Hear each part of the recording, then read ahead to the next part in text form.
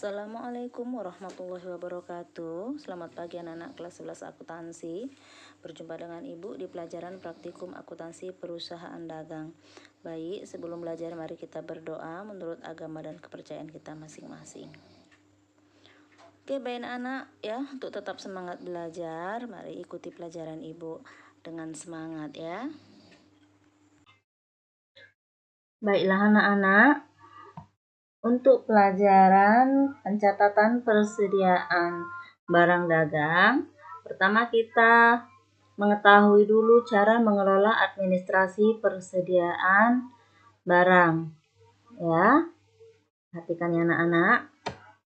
Untuk standar kelulusannya dalam administrasi persediaan barang, yang pertama ya, mengidentifikasi data mutasi persediaan barang. Kemudian dapat membukukan mutasi persediaan barang, membuat laporan ikhtisar, melakukan perhitungan persediaan ya secara fisik atau secara periodik, kemudian mengadministrasikan bukti transaksi ya.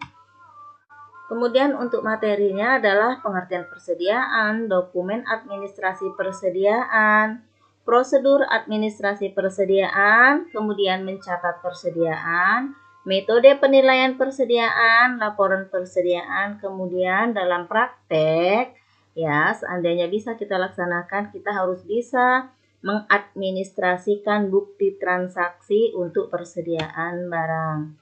Baik anak-anak, seyogianya jika praktek dilaksanakan, maka perlengkapan yang harus digunakan yang pertama adalah ya harus ada kalkulator ATK, kemudian ada hektar, kemudian ada map file untuk membukukan atau mengarsipkan, dan harus ada juga pembolong kertas ya.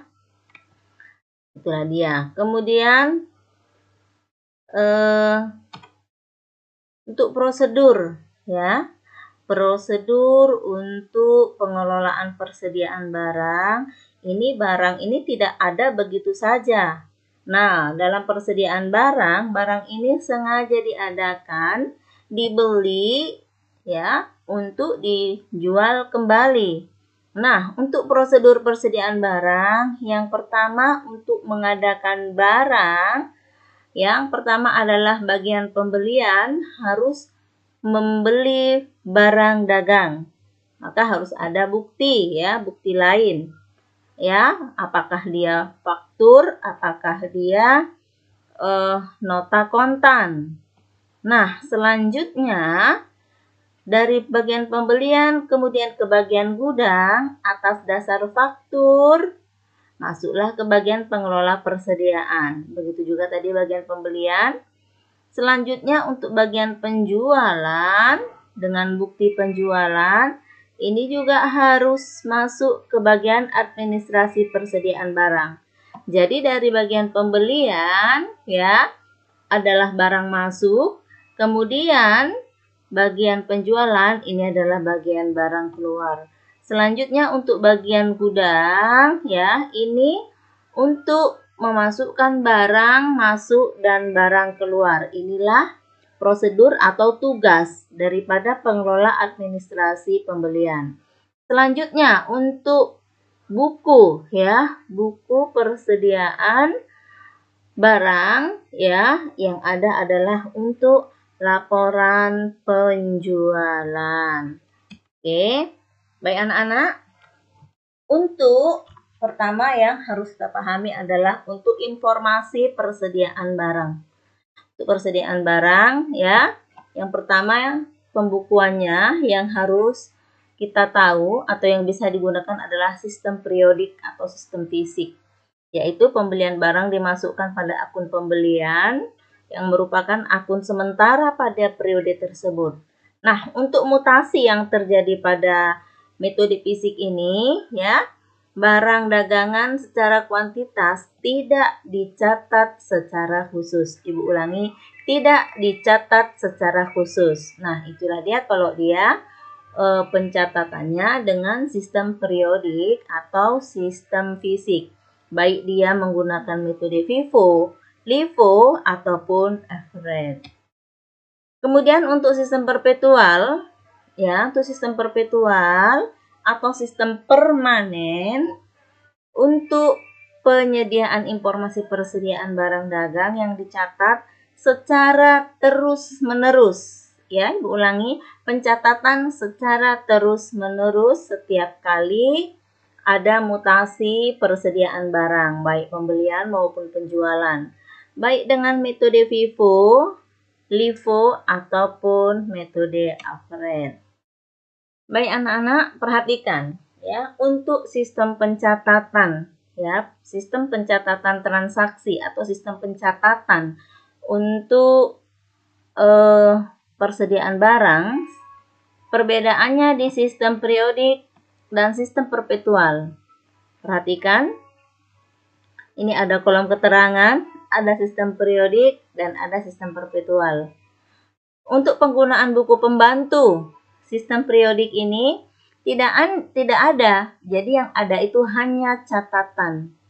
Nah, kalau dia sistem perpetual ya, ini menggunakan kartu persediaan barang dagang. Harus ada atau harus dibuat ya, harus dibuat supaya tahu untuk mutasi barang. Kemudian untuk pencatatan transaksi ya, pencatatan transaksi pada sistem periodik ini hanya pada saat pembelian barang dagang saja. Nah, kalau dia dengan sistem perpetual, ya, pada saat pembelian dan saat penjualan barang dagang. Ini harus dicatat transaksinya. Nah, kemudian untuk nama akun, ya, nama akun yang digunakan pada perkiraan pembelian, pada saat perkiraan pembelian. Pada sistem periodik, ya, pada saat pembelian dicatat pembelian. Untuk pembelian barang dagang dicatat sebagai pembelian. Nah, kalau sistem perpetual pada saat pembelian, pencatatannya adalah persediaan barang. Ya, anak-anak, sekali lagi dipahami ya, sebelum kita praktek dalam perhitungannya.